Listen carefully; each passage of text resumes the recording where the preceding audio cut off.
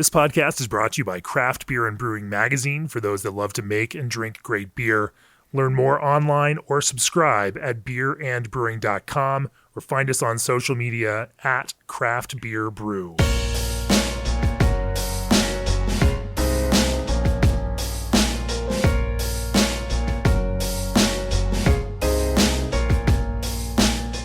Welcome to the Craft Beer and Brewing Podcast. I'm your host, co-founder, and editorial director of Craft Beer and Brewing Magazine, Jamie Bogner. I'm in Kansas City, Missouri today. Why am I in Kansas City, Missouri? Strange thing. You all listening are going to hear the entire arc of this road trip that I'm on over the next few weeks. But suffice it to say that I'm en route to Memphis, Tennessee, and I'm driving there and I'm driving back. And we're going to hit some high points along the way for some conversations with some brewers that I otherwise wouldn't get out to see necessarily in person in their places. One of those is a subject of a breakout brewer story in our most recent October-November issue of Craft Beer and Brewing. Alma Brewing, Nick Mader is here with me. Welcome to the podcast, Nick. Thanks for having me, Jamie. It's nice to be here in person. Again, last time I can't remember ever stopping in Kansas City. I have driven through Kansas City once or twice. But it's been at least 11 years since I last drove through. Well, welcome back through Kansas City. But we, in drinking your beer, obviously we've known you from a longer history in craft beer that stretches from Denver, Colorado to Seattle, and now here to Kansas City. Well, you can tell that story here in a minute. But making some interesting beers and beers that have scored really well with our blind judges and kind of popping up here. So it's exciting. I'm glad to have a conversation with you about this. Before we do, like your flagship beer, you can rely on G&D chillers for the same quality and consistency. G&D guarantees that every chiller they build will hit 28 degrees without breaking a sweat. They never stop. They draft, they craft, they service each and every brewery, big or small, all in an effort to build one hell of a chiller. For nearly 30 years, G&D has been committed to cold. Reach out for a quote today at gdchillers.com. This episode is also brought to you by Rahr North Star Pils, a new base malt to set your compass by. Rahr North Star Pils is crafted for brewers looking for a domestic Pilsner malt with low color and low modification. North Star Pils carries overtones of honey and sweetbread, supported by flavors and aromas of hay and a nutty character. It's suitable for any beer style, but particularly craft brewed versions of classic lagers.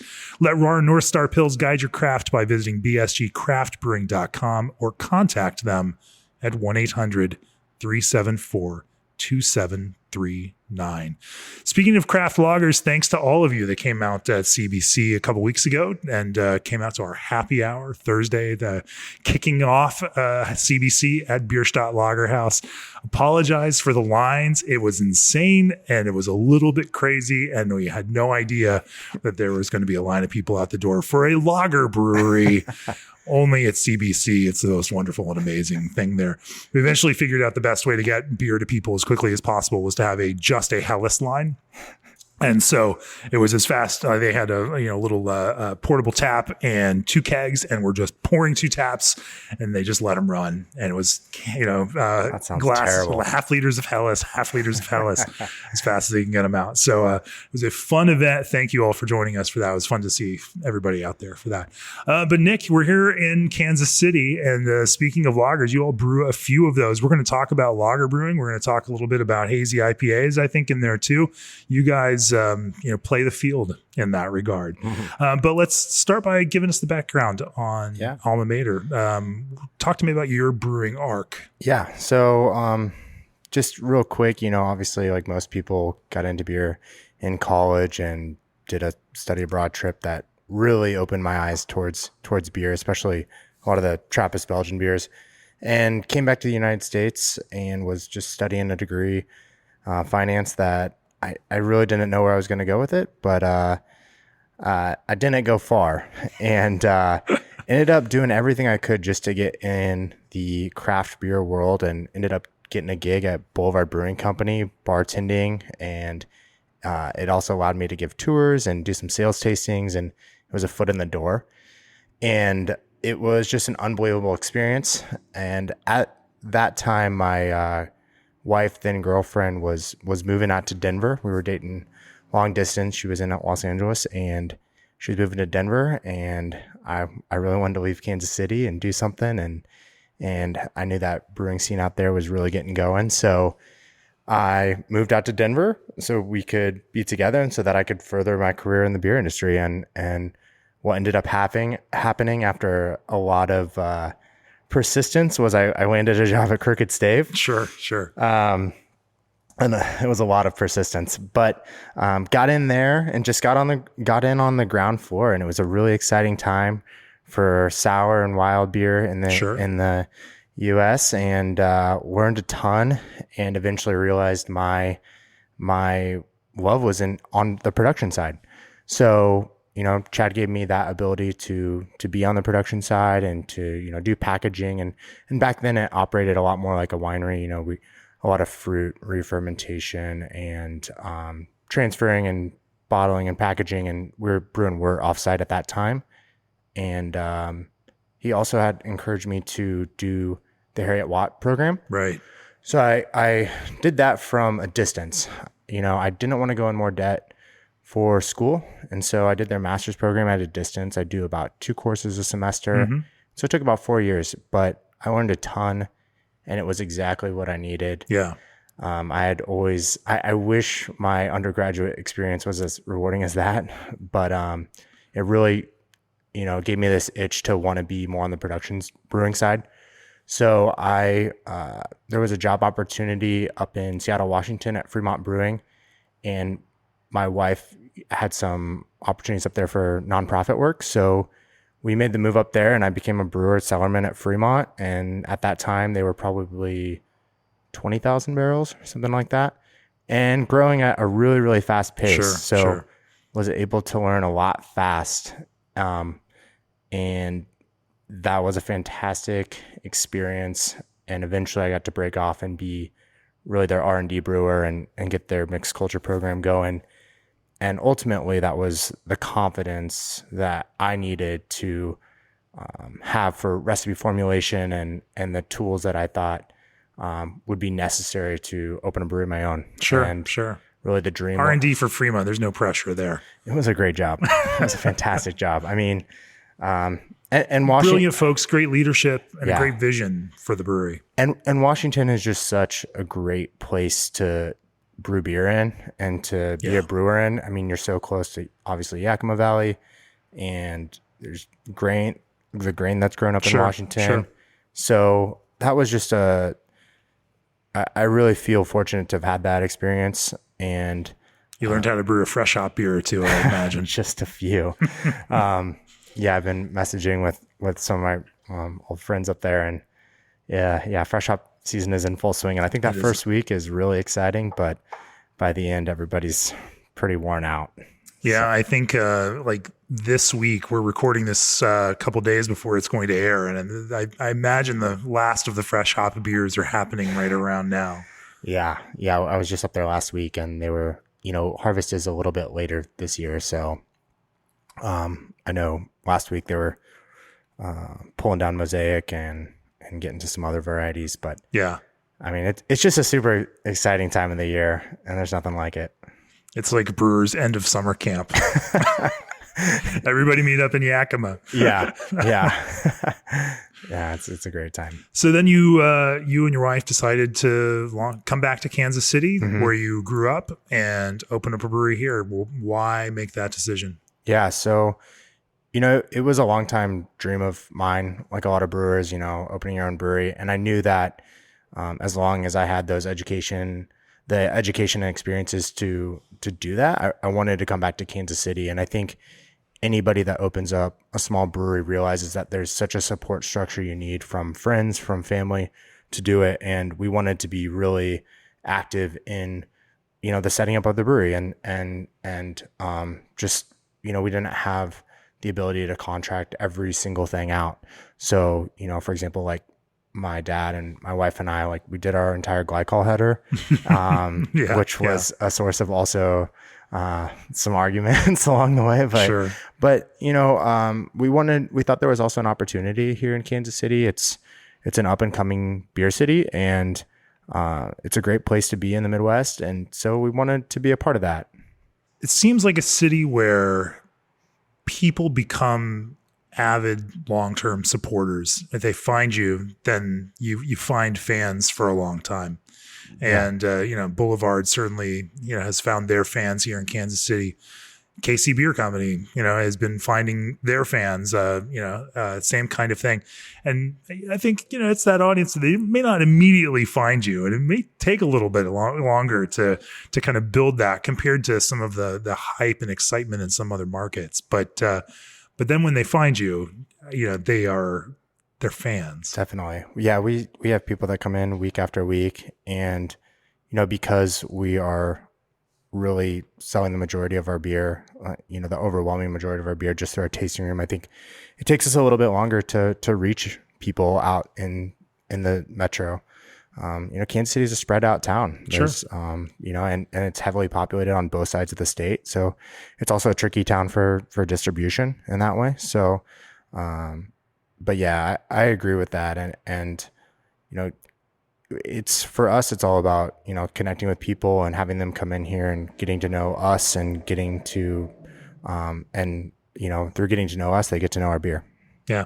Well, you have an interesting kind of multi-pronged approach to brewing, the styles that you choose to brew and where you find those influences, how you build those things.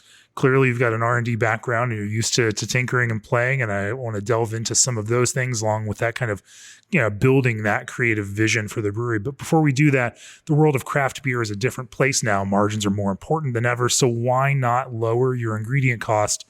Craft juice concentrates from Old Orchard are the cost-effective solution for your fruit-forward needs.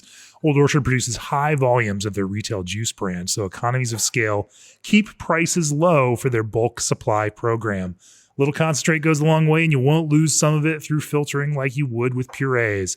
To start increasing your margins now, head on over to www.oldorchard.com/brewer. Also, what if you could take your favorite recipe and make a non-alcoholic version without sacrificing the flavor, color, or beer quality? NA, no problem. The Alchemator from ProBrew uses proprietary membrane technology to strip the alcohol from the beer without sacrificing all of the elements like flavor and color that make the beer great. Are you ready to brew like a pro? The Alchemator from ProBrew. NA, no problem. Email contact@probrew.com for more info. And of course, if you do that, tell them you heard it here on the Craft Beer and Brewing Podcast. We would appreciate that. So Nick, talk to me about this. You guys decide to start a brewery. You know where you want to do it. You want to bring it back to your hometown of Kansas City. How do you decide on what beers to make, who the audience is, is going to be, what approach you want to take to this? Yeah. So when we moved back, I knew that there was a lot of opportunity for making IPA, and there is everywhere. I know. Yeah. That's a super risky proposition. I think we should make IPA. But I did also really want to just keep making lager. I was really inspired by lager in the Pacific Northwest, and just my time at Fremont, and not even just that, just going up and down that part of the country and drinking fantastic lagers from all over. Obviously, we talked earlier about some of those breweries, and so that no one else heard that earlier conversation. Yeah. But we were talking about Chuckanut, who is closing their Bellingham brewery and focusing and expanding at the South Nut down in Skagit. Yeah. And I really got the itch for making lagers up there, and it was just, I think it really suits my personality. It's very like controlling in a good way, but like the details really matter. And that's the same approach we take here, given like the equipment that we have and giving like the raw materials that we can get our hands on. And I just love that really methodical approach to lager brewing. And I thought that there was an opportunity in Kansas City because it's a Midwest town and people, typically lager's really well received this here. State makes a lot of lager. Yeah. There's a certain brewery that brews a whole lot of lager in the state of Missouri. Yeah. And then of course you've got KC Beer Co. over here that's also carving out this niche with a very German focused kind of approach to lager brewing.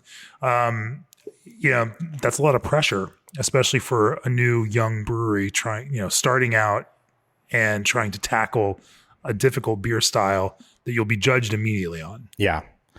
Yeah. I mean, I know everybody says this, but it really does, there's flaws show themselves pretty apparently in lager brewing. And, that's not to say like we've learned a lot. I think it's the style itself. And I would like to say that, we really make mostly Pilsners. We're not so much doing a lot of the maltier lager styles. And we've learned so much. Your audience still wants some hops, huh? Yeah. Yeah. So, we've learned a lot over the last 2.5 years, and there's been a lot of, reassessing our utilizations on the brew house and looking at that and fine tuning. And I think what you see is just these really incremental changes can have, great downstream effects. And that is something that we're always working on. And we don't really have this set recipe where it's like, all right, well, that's it. That's exactly what we do every time now. It's always like, okay, well, let's rethink how we want to use our hops on the hot side right now. And our water changes a lot here. So we're always playing around with our acidulated malt. And so all those factors, are constantly at bay on top of the other things that we consider really important, like, yeast viability, and making sure that we have plenty of healthy yeast for those long extended fermentations. Let's talk about some of those tweaks, but before we do that, let's go back to square one. You want to make lagers. Where do you find that inspiration? How did you go about deciding what those lagers were going to be? And where did you pull from to say, I would love to make our own version of this, and then go through a process to try to create a beer like that? Yeah. So what's that creative process feel like for you? I mean, I've always loved Czech style Pilsner because of just the bitterness and the depth of it. I think it's just personally been one of my favorite lager styles. And we were doing some of that up at Fremont, trialing that and just drinking a lot of the lagers from Chuckanut. And, I always saw that as, if we're going to make a lager successful in Kansas City, like let's go that route. And I love the malt that we use from Wireman is great. And it's always been one of my favorites of their catalog. And then Saaz hops. Which malt is that? We really just like their Bohemian Pilsner, and they're floor malted. It's wonderful, wonderful malt. Yeah. And then Saaz hops. It's so simple. It's seemingly simple. Right. But I feel like every batch for us, I just pick up something really different. And it's really changed my mind on hop quality and what we even know as American brewers about using noble hops in making lager in the US. I think it's one of those things that when we go to selection here in Yakima, we're always selecting for these really big, bold, expressive hops.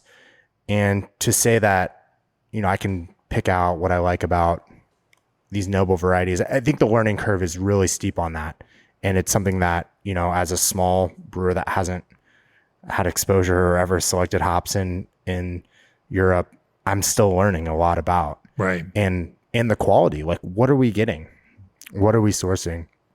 And how do we make sure that we're getting better and better hops every time? And it really makes a difference batch to batch. Yeah. How do you define those things? And for some context, a couple weeks ago, we did our yearly Best in Beer editorial tasting for our top 20 beers of 2020 with Stan Hieronymus and Kate Bernat in our office in Fort Collins. And I heard that comment from Stan over and over again about hops quality. You can taste the hops quality, or you could taste the lack of hops quality. Yeah. And it's very interesting to consider that question in the scope of something with that kind of noble approach. Understanding how to carry that character through that you're looking for, and what's going to come from the rub and make it into the beer, and what kind of way. As you have been evaluating these and working to improve your Pilsners, what have you found through that selection that has helped you make those improve? Well, there's two parts to that. I think first and foremost, it's, we find lots that we really like from who we can buy hops from, and then we make sure we can keep getting them. Yeah. That's probably the most important thing, because without that, it doesn't really matter. And we, because if it has to change every year, then yeah. And also utilization, seeing what plays better on the mid-palate. We have a 2-vessel system, so a lot of the times, we're boiling and we're pulling the same vessel, and everybody knows that their utilizations are different, dependent on, gravity, the work gravity, batch size, just overall boil time, everything. So we've really worked to dial that in. And they're not huge adjustments, but they're drifting in one way or not. And then we've also taken, feedback that we get on the beers and use that to always try and improve them. Let's talk about some, parameters now. Of course, you're talking about hoppy beers with a strong, a component blending floral, typical floral noble character with bitterness. But also building that malt character with a little bit of sweetness to help, cut and support that, or a little, and sell that malt character is pretty important. Where do you, land generally in your, Czech Pilsner in terms of IBU, finishing gravity, et cetera? Yeah. So at first we were targeting higher than, or about 40. And that was when we first started bringing on the system, 40 BU. And that's why Joe likes it so much.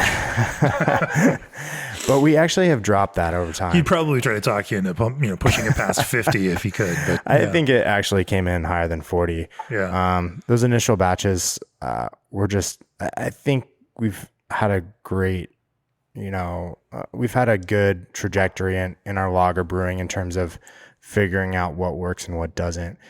But also just playing around with more hot side additions like in the boil, and that has really pushed some different flavors that we feel like are important, kind of these earthy, like lemon rind, like kind of bright herbal character, if that even makes sense. So we've worked on that. And what have you done to optimize that in terms of hot side? Or we've added early, more, later, more? We typically do all of our additions later in the boil. So we like to really add starting at like such an American brewery. I know. It's like I know IPA hopping, like traditional IPA hopping, sure. But not traditional, but more West Coast style. But we do that and just see what works for us on our system. And I think that, everybody's so different. Everybody's system is so different. So there's not one tried and true way to do it, but that's what works for us. Later hopping, pushing more aroma. What kind of hop volume, are you pushing into, say, a Czech Pilsner? Like pounds per barrel. Oh, pounds per barrel. I don't know if I can calculate that. I do math right on the fly right here. It's, we don't use a lot, but usually our Saaz that we get in is anywhere. It's typically hovers around 3.5% to 4% alpha. But Saaz is a crazy hop because oftentimes like our beta is higher than our alpha. And I think for that hop in particular, I'm very curious about when we look at like COAs and all that. And, we have all these like really great hop processing facilities in the US and also in Germany. Sometimes I think we've gotten burned on a couple lots of nobles that, swung on maybe the year before and just didn't end up how we wanted it to. So we don't do that anymore. No. Now is it all contracted, or are you just guaranteeing? We don't have contracts right now, just because I don't think we're pretty small. We're pretty small. Yeah. But we found a couple suppliers that we really like what they're bringing in, so we stick with that. Yeah. Are there any farms in particular that you find are particular standouts? I don't know the farm names, just because I don't know anyone in the Czech Republic. So sure. But yeah, I think the stuff that we've sourced through various folks and even through like Hollingberry have been great. We've gotten in really good stuff. Yeah. Gravity. Where do you land on that? Gravity. And you're not decocting if you've got a 2-vessel system, right? We are not decocting. I figured. Do you want me to talk about that now or later? Oh, we can talk about that now. Oh, I mean, okay. what's your finishing gravity? Finishing gravity. We're typically right around 2.5 Plato, sometimes a little lower, sometimes a little higher. We're actually experimenting a little bit with finishing touch higher. Yeah. So that's what we're working on right now.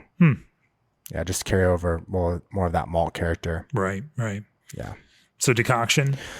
We do not decoct. Looking at your system back there, I can tell you don't decoct. It feels like an insult. Yeah, but it would be, but our judges gave your Premium's Czech Pilsner like what, a 97, I think. I mean, it was that seems to be the real hot debate right now. Yeah. And and we have talked to plenty of brewers on both sides of that equation. Some who are dogmatically assured that there is no other way to make a great lager, and others who are like, are you fucking kidding me? There's no way I'm going to decoct. I don't need to do that. I can accomplish that other ways. Yeah, and I've had breweries that do both, and they both make great beer. Absolutely. So absolutely. Any given year, your gold medals can go to brewers with either approach. It's true. Yeah. I think we do what's practical for our system and our setup, and there's a lot of, I think there's just so many elements to work on with lager brewing, and if your mashing program is, you can't put too much emphasis on only your mashing program for our system and our setup. We're also worried about, I've talked about malt quality, hop quality, fermentation timelines, yeast viability, making sure we're getting through proper VDK rest, and all those things they matter so much. And we collect a lot of data on that so that we can, have it be repeatable. I don't know. I mean, it's the decoction debate, I guess, will always go on. It seems. Well, are you building malt character in other ways? Are you boiling longer, or are there other kinds of, are you? Yeah, there's been a couple podcasts where I've listened to people talking about building malt character on that. And certainly, we build malt character with some of the Cara malts. I appreciate that you do your research with our podcast. That's great. Yeah. You guys have had some really good lager brewers on. Thanks. So we use some Cara malts, and then also we do, longer boils, but I don't think anything crazy. Yeah. Overall, I think we keep it really simple for the most part, and what's, doable on our system and setup. Yeah. There's a nice, we're drinking your German Pilsner right now, and it's maybe just a touch sweeter than some of the more, sharply bitter German varieties of it. But it also pulls a nice, that little hint of extra sweetness helps lift that floral character up and makes it a very pleasantly drinking beer. And so the gestalt of it is, something that's enjoyable, to drink. How do you visualize that? So for this beer in particular, the purpose of this was to be a little bit more Bavarian inspired. And to me, that just means a really nice harmony of malt and hop character together. It is not this crispy trend that's, is gripping American lager brewing right now. It is not. I would never describe this as crispy. So it does finish pretty dry, but the hops that we use on it, I think, are more traditional for Bavarian style Pilsner. Mm-hmm. And we also do a North German style Pilsner, which is one of my favorites. And we tackle the hopping rate on that more similar to like a Czech Pils. But this one's just meant to be a little bit more balanced and not as assertive with the hop character. So that, when we think about that, for me, German Pilsner always has a really nice sort of this like dried bouquet floral component to it that I love. And I think you get that out of particular hops. So that's our goal with it. I mean, I think hop character also just balances malt sweetness in such a pleasant way. Sure. Let's talk about tweaks? You mentioned that these are works in progress and that you are constantly evaluating and moving and tweaking. Talk to me about a couple of those biggest impact things that you've changed over the last couple of years that had that bigger downstream impact. Yeah. So one of the biggest things that we have to always worry about and that we're very keen on is our pHs. Kansas City water changes a lot, and we have really high pH water here. So we're always worried about that, and we're always adjusting acidulated malt. Luckily for us, we will do 2 turns typically for a lager. So why acidulated malt instead of just an acid addition? You're not Ryan Heitzgebot, are you? Or are you? We are not Ryan Heitzgebot. Okay. But I don't know. I just really like it. I think that the acid additions, they certainly work, and I've done that in the past. I really just like using acidulated malt. And our louder pHs stay in check the whole time. And so that's what's worked for us. Like I was talking about earlier, just practically that's, I don't want to really we don't really dose like our HLT with lactic or anything. Like we don't pre-acidify our strike water or anything like that. So we use that as an element of control. But we do have to be really sensitive to how things are changing. So keeping pH is really dialed in. Do you test that with every brew? We don't necessarily test that with every brew. We run a lot of water analysis. Yeah. We send off water analysis, but also we can tell in like all our beers when things shift. Yeah. And so it's already like on the cusp. So we're already thinking about it. And then, when by that time it's too late because you've already brewed the beer. Yeah. So we're not making like a lot of adjustments downstream on these beers. So we really want to hit it right there. Right. And then, that's also, we have a lot of conversations. We sit around and talk a lot about, where do we want to try and finish at this time and pH wise and gravity and those are just the small tweaks that I think every brewery is doing, but you see the impact in lager, I think, a lot more dramatically, just finishing, a few tenths higher, and how that, like you said earlier, how that plays off hop character. And, so pH, I think, is one of our biggest tweaks. I think the other one is what we talked about earlier is hop utilization, and hop sourcing. That's a big one. What's a pH finish at for these Pilsners? On this one, or on our Czech pills, we're typically around a little below 4.4, but sometimes we've finished a little higher. And I know there is some debate on finishing pH on lager 2 and it not being the right character, and if it's too high, and so I can't say. I had a great conversation with Julian Schrago about that after we recorded the podcast a couple of weeks ago down in Long Beach, and he had some good opinions about that. So. But I mean, it's also important for every style, right? Yeah. So that's something that we're constantly working on, and coming in and checking and saying like, okay, well, we finished here. How do we like that better than the last batch? Should we work more towards that? And, have we seen any, has the response from the customers been any different? And then that's how we kind of settle on where we want to be at. But like I said, everything's always changing here. It's never really the same. Sure. For those that are embarking in lager brewing, what are the handful of most important things that you find are just those kind of key crux moves that are the difference between success and failure? Man, it's a really good question. Water quality for sure. Yeah. Without a doubt, really knowing your water, or getting your minerality in check to where you want it to be. I know a lot of people like to brew to city profile and all that. But that's important. I think for us, European malt has worked best. Sure. I really like the character that European malt brings to the table. We don't use North American malt for lager brewing. Also, I think fermentation temperature, aeration, and overall yeast viability is so important. And we use 3 different lager strains here at the brewery. And we have enough record keeping that we know how each behaves.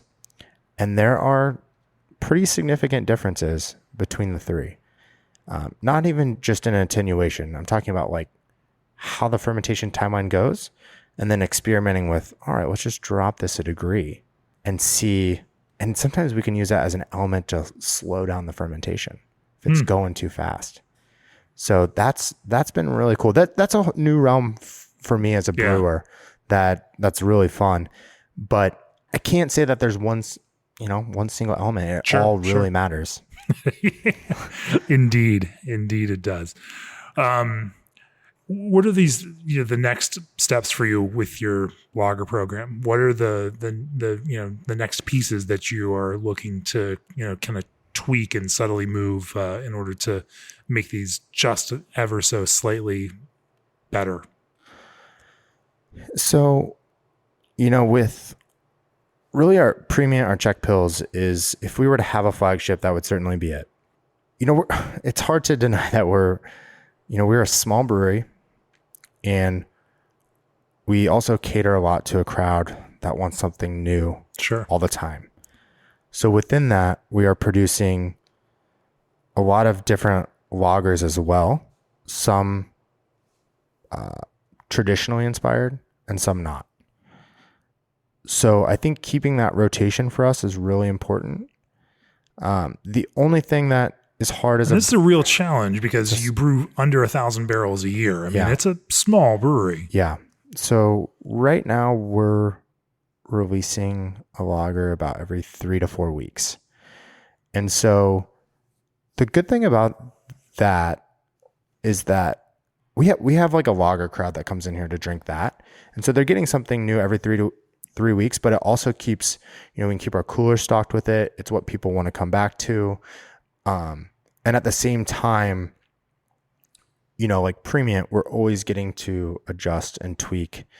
And we know that, that beer it's always like our top seller in the tasting room. And maybe it's that magical side pull faucet, but, we really, everybody here loves brewing that beer, making that beer, drinking that beer. So that's the one that has been definitely championed, from the beginning. But, I encourage our brewers to, look at these more historical styles and how can we do like a little small trial of that. And we did our first Czech dark lager last year, and it was really well received, amongst our customers and amongst us. And actually, that was sent in to Craft Beer and Brewing. You guys did all right with that one. Yeah. I remember when you told me that was your first try at that. We had to scratch our heads a little bit. But where it's going, that's also up to the customer, just still keeping, for sure, having more interest in it. Well, since we've talked about lagers now, let's switch and talk a little bit about Hazy IPA, another thing that you all do extraordinarily well. Before we do that, looking for a good lager yeast, Fermentis, the obvious choice for beverage fermentation, provides brewers large and small with the most complete portfolio of dry lager yeast available anywhere. To learn more about how Fermentis can improve the quality of your fermentation, and for the latest on their exciting new product releases, visit fermentis.com, Fermentis, fermentis.com. Also, as a brewery owner, you know how important it is to keep your machines running so you don't have to deal with the hassle caused by contamination, recalls, and downtime. Clarion makes food-grade lubricants to protect your equipment from the wear and tear that results in breakdowns that cut into your bottom line. Clarion gives you peace of mind so you can focus on what you do best, pouring out great tasting beverages. Learn more at clarionlubricants.com. So, Hazy IPAs. It's a nice study in contrast here. And we honestly haven't talked about Hazy IPA recently. So let's dive in. There are a lot of different approaches to Hazy IPA these days. We are tasting this breadth of it that, what began as a New England style IPA is now being expressed in a whole heap of different ways, from hazy West Coast IPAs, to varying shades of finishing gravities that can range anywhere from 2 to 6, or maybe more, depending on in some of those double IPA realms. Different hops expressions, some, following a very, kind of traditional American approach, others focusing on, kind of Southern Hemisphere, New Zealand approach, others pumping the Citra and providing this kind of juice approach. Let's talk a little bit about how you developed an approach to Hazy IPA for Alma Mater so that it, was attractive to this audience here in Kansas City and also felt exciting. But also maybe not exactly the same as what other brewers are brewing. Yeah, so we really have 2 lanes of Hazy IPA that we do. The first would be the New England style, which is water profile, more chloride driven, higher finishing gravity, later use of hops and, in the whirlpool and dry hopping. And then the other style, which we haven't really put a name on, I guess it's just like our house style, which is still hazy, but finishes a lot drier and has more hot side addition. And that's, what we're drinking right now is more of like our house style. So this is a Simcoe Amarillo Hazy IPA that we do that finishes about 6.5%. And so those 2 styles here at least coexist, and definitely the New England style. And for like our double IPAs, we're certainly always playing around with finishing gravities on those, and also just whirlpool utilization. For these, I guess, house style, or I don't know what you'd really call it, but we're finishing a lot lower, and we have a more balanced water profile with those. Let's talk about the kind of frameworks for each of these. Are they similar malt bills for both? No, they are similar in a sense, but I would say that the New England styles are a bit more like protein heavy. Okay. We don't use as much, wheat, oats, etc. And what would your percentage be in, say, a New England style versus your house style hazy? Typically in the New England styles, we're over 30%.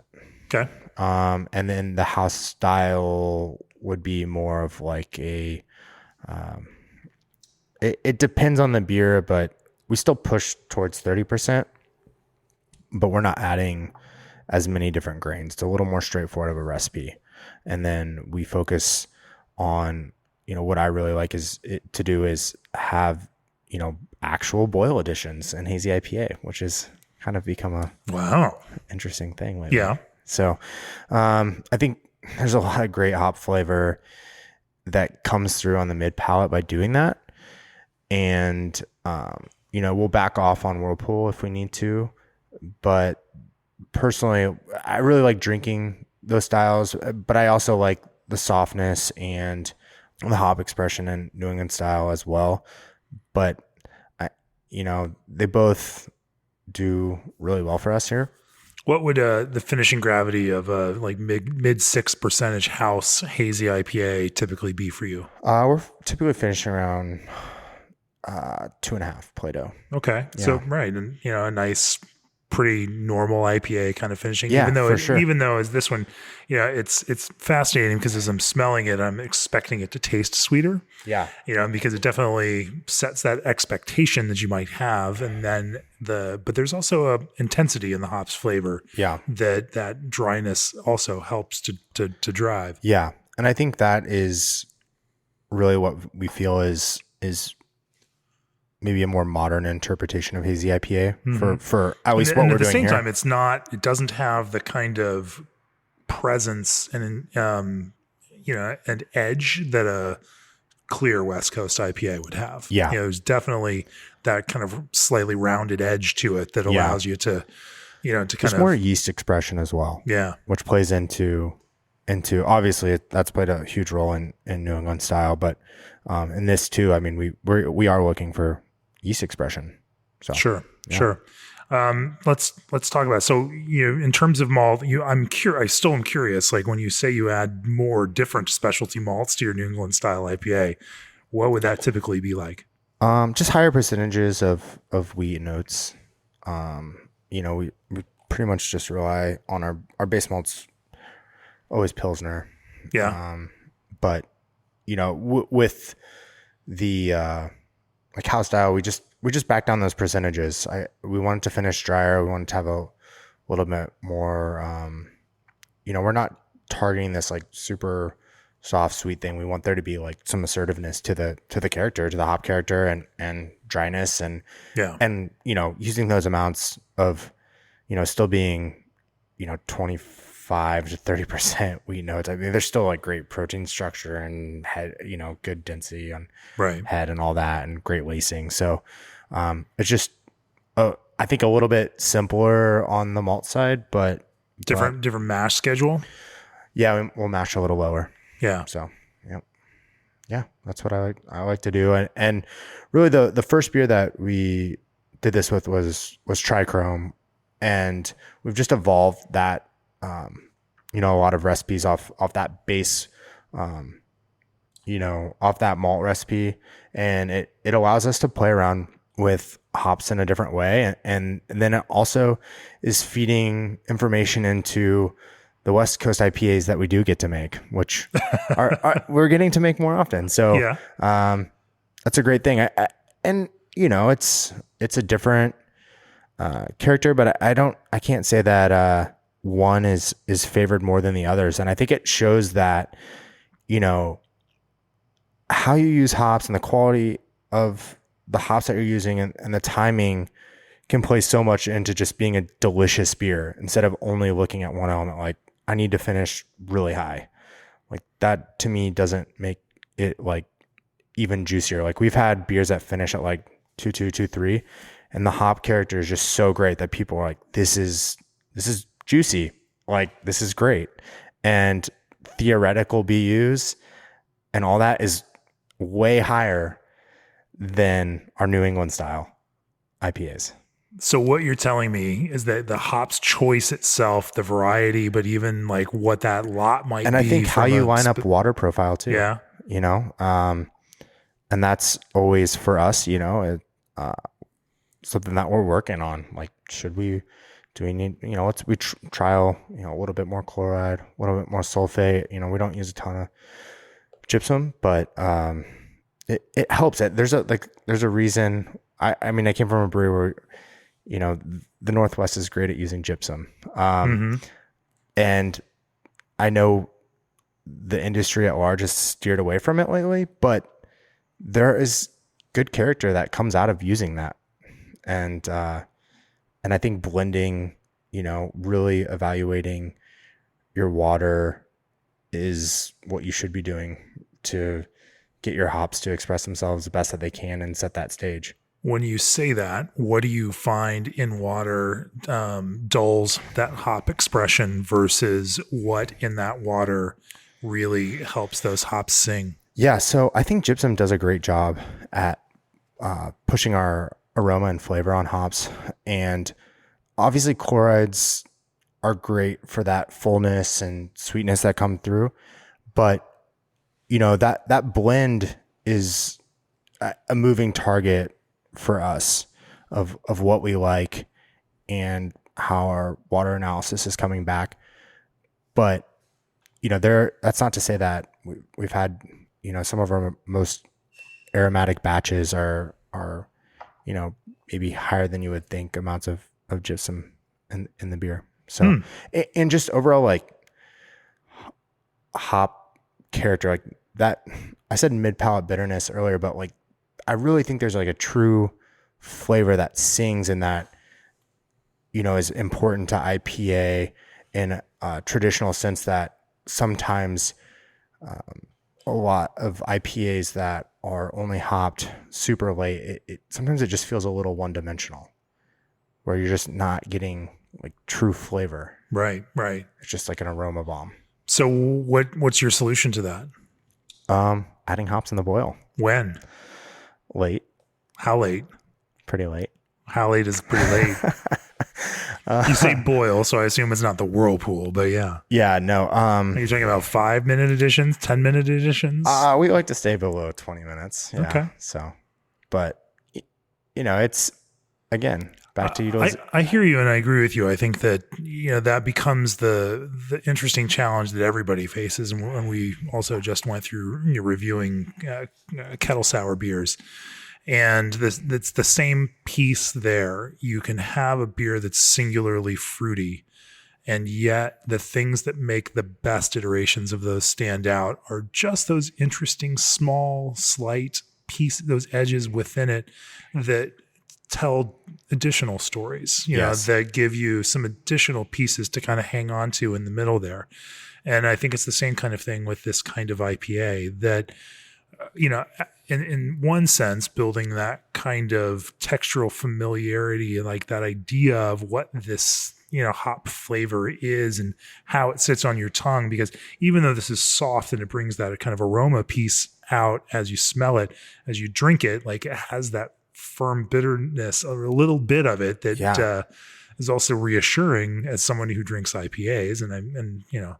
And so I think it makes it more drinkable too, right? Well, it's a touchstone of familiarity, I think. Yeah. And that kind of, we all have sense memories that we call back on in varying ways. And so, as we drink something like this, that it simultaneously feels new, but also has this moment of connection to something that we're familiar with. And so, that's an interesting way to kind of to build that. And so, and I mean, we describe it when we're tasting these hazy IPAs and reviewing them, like, there are characters like sweaty, BO, locker room, which sound terrible to normal people, but in the context of this sweet tropical fruit thing, like a little bit of sweaty locker rooms, it's not a bad thing. It actually adds this element of balance. You ever smelled like papaya, guava, like, it has those elements. It does. It's it does. Funky. Yeah. Yeah. And I mean, who hasn't given themselves a sniff now and then just to, see how you smell? Like sometimes we actually like our smells more than we might claim we like our smells. It's going in an interesting direction. We'll see if any of this makes it through editing. In terms of hops choice, that's also a piece there. Are there different ways that you select and choose blends of hops between, say, your house style hazy and your New England style hazies? I think we have a few pillars that aren't unique to what everybody else uses. Right. Citra, Mosaic, Simcoe. Right. I'm really on the Strata train. I love Strata. It's a great hop. It's like if all three of those prior hops had a baby, it would be Strata. But, so we use those as foundations.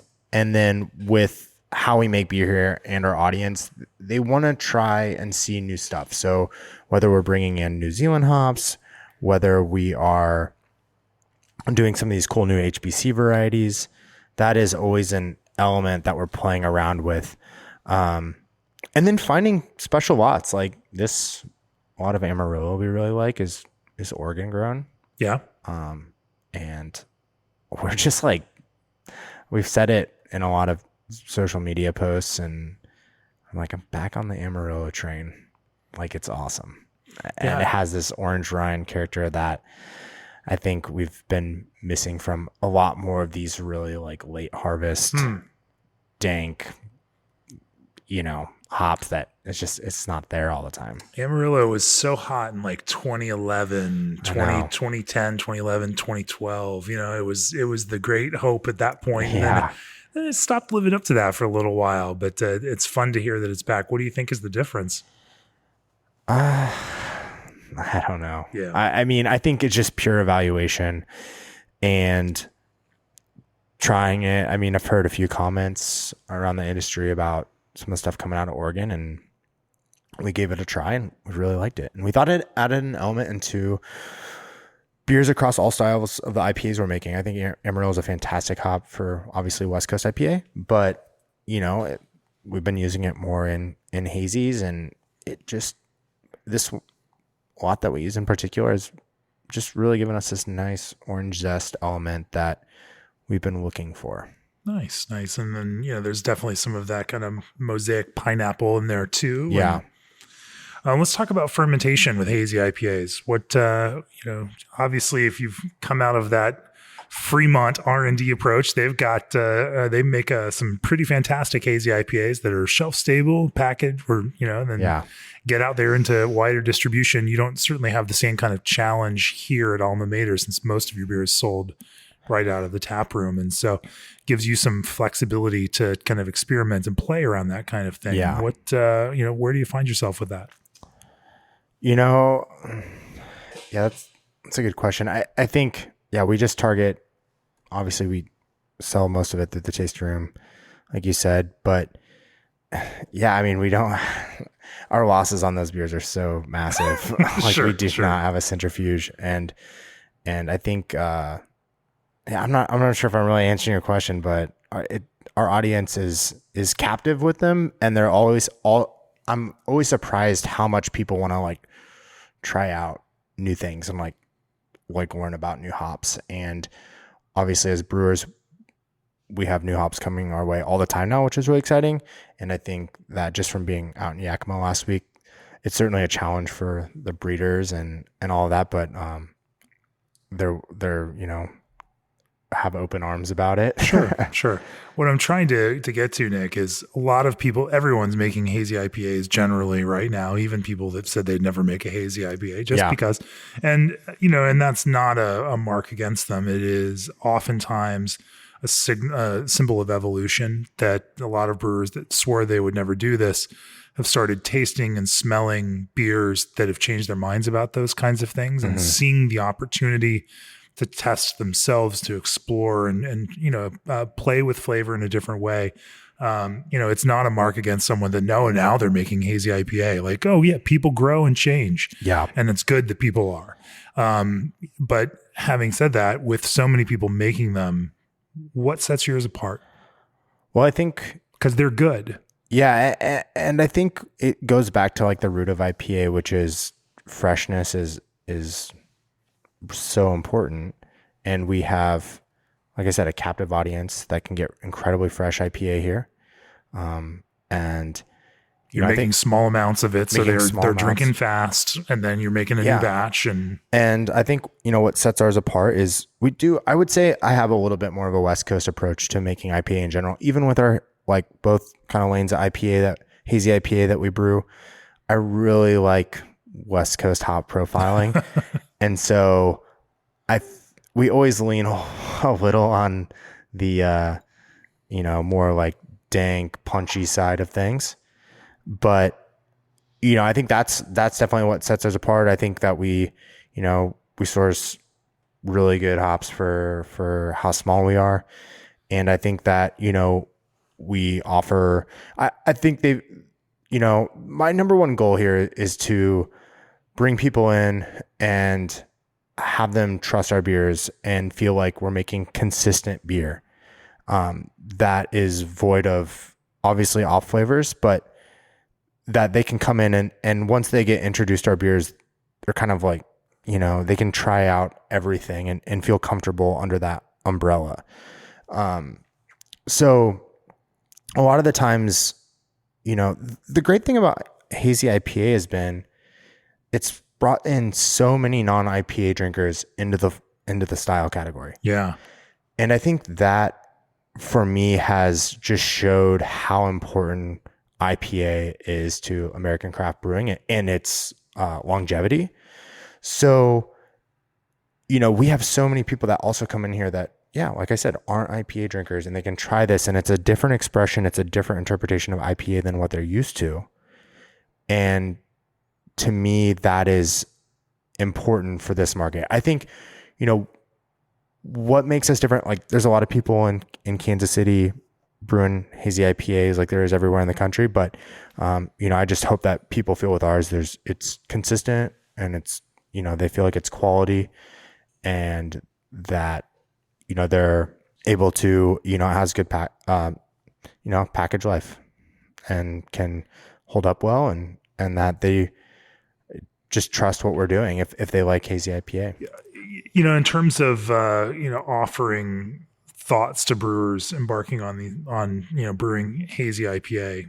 Again, like we discussed on lager, what are those key takeaways that you find the things that make the biggest difference in the end quality? Water. Water. I mean, obviously, for us, we care so much about every detail, so it's not really that different. Let's dive into water. Is there some sort of limit on total dissolved solids that you shoot for, or are you pushing them up to a certain level, or are you are there certain types of sulfates and chlorides and gypsum that you really favor? Yeah, I mean, we really like to play more around at like a 2-to-1 chloride to sulfate ratio for a lot of things. And when I say water, it's really like understanding your water and knowing how to work with it. Like, not everyone has Pacific Northwest water, where it's just super neutral and you can do whatever you want with it. Yeah. And so I think manipulating or Denver reservoir water. Must be nice. But that's important. I think that, understanding what works best on your system. Do you want to, do you like knocking down your whirlpool temp? Do we? Maybe. Are you cool pooling? We do cool pool a little bit. Okay. Yeah. I really like that term. That's a cool term. It sounds good. Yeah. Cool pool. Yeah. Yeah. I think it was Andy. Who invented that? I think Andy from Great Notion was the first one who cool pool said that to me. I'm sure he didn't invent that term, but it was. Yeah. Not on everything though, but yeah, I definitely like it. It's a really cool technique. And, when you cool pool, what do you tend to get down to? We target, it depends on our brew house efficiencies, but, we typically target like 185 to 180. Yeah. So pretty standard for what everybody else is doing. Mm-hmm. I would love to do more sensory analysis trials on that to see, the real impacts that we're making. I'm sure there's studies out there on it. But are you sure? There's gotta be, but on other stuff, we don't. And I think it's not to say that one thing is better than the other. So. Yeah. But somehow whatever you're doing is making some good beer. And so you're just trying to figure out the way inside. Where's the magic? Where's the secret sauce, Nick? Oh my gosh. I don't know. Just try and be consistent. Sure. Well, zooming out a bit, in the big picture, what's the ultimate goal for Alma Mater? You've put your own last name now on this brewery. And so you're staking yourself into it also. Yeah. You and your wife own the brewery and we don't have anyone to carry it on either, just a dog. Oh, so. Yeah. But you're young. You got a lot of years left in you. Yeah.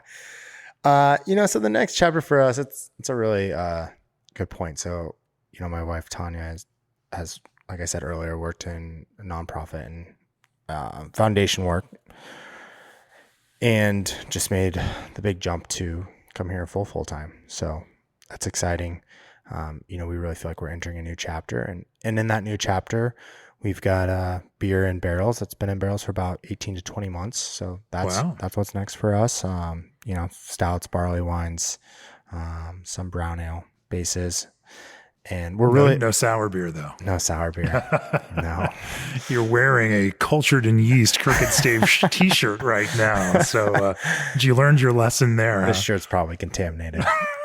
But yeah, no sour beer for us right now. Yeah. But also this is just like we're so young, and I feel like I'm not blaming anything on COVID, but it's definitely changed our trajectory and how we thought things were gonna be, and we moved things around in the right way, and we're doing just all right. But moving forward, it's about getting more people into our tasting room, experiencing our beer, and so probably trying to get a little bit more kegs out into the market, but also just finding ways to connect more with people, and we rely so much on word of mouth as a small brewery. Right. And you just can't, we don't have this massive marketing budget or anything like that. So yeah. Well, here's some word of mouth for you right here on this very podcast. G&D chillers will hit 28 degrees without breaking a sweat. Set your compass by Raw North Star Pills. The craft concentrate blends from Old Orchard are packed with real fruit first. NA beer is no problem with the Alchemator from Pro Brew. Try those dry lager yeasts from Fermentus and make your system 100% food safe with Clarion lubricants. Of course, if you'd like to support this podcast, go to beerandbrewing.com, click on the subscribe button. If you're a pro brewer, consider all access pro subscriptions that combine magazine and video content along with early release digital stories as well from great writers like Stan Hieronymus, Kate Bernat, Ben Keane, our managing editor, Joe Stang. If people want to learn more about Alma Mater, Nick, where do they find you all? They will find us. So our handles are Alma Mater Brewing on Instagram and Facebook, and then Alma Mater Brew on Twitter, and then almamaterbrewing.com is our website. We try and keep an up-to-date draft list and to-go list up on there. And we don't try, we do it. It's up to date every week. But, that's it for right now. And if you're, Kansas City, I just have to advocate for Kansas City. It's a great up-and-coming beer town. And I think for a lot of Midwesterners, they should really be thinking about making a trip to, great food, great beer, make a weekend trip out of coming to town and checking out what's going on here. There's a little bit of barbecue here. A couple of places. It's not as good as Memphis, and it's not as good as Austin in Central Texas. But it's for number 3. It's not bad. Oh man, that's a good way to get somebody from Kansas City worked up. Oh, hashtag triggered. Yeah, Nick, thanks for joining me on the podcast. It's been fun to talk to you about brewing. Cheers, thanks, Jimmy.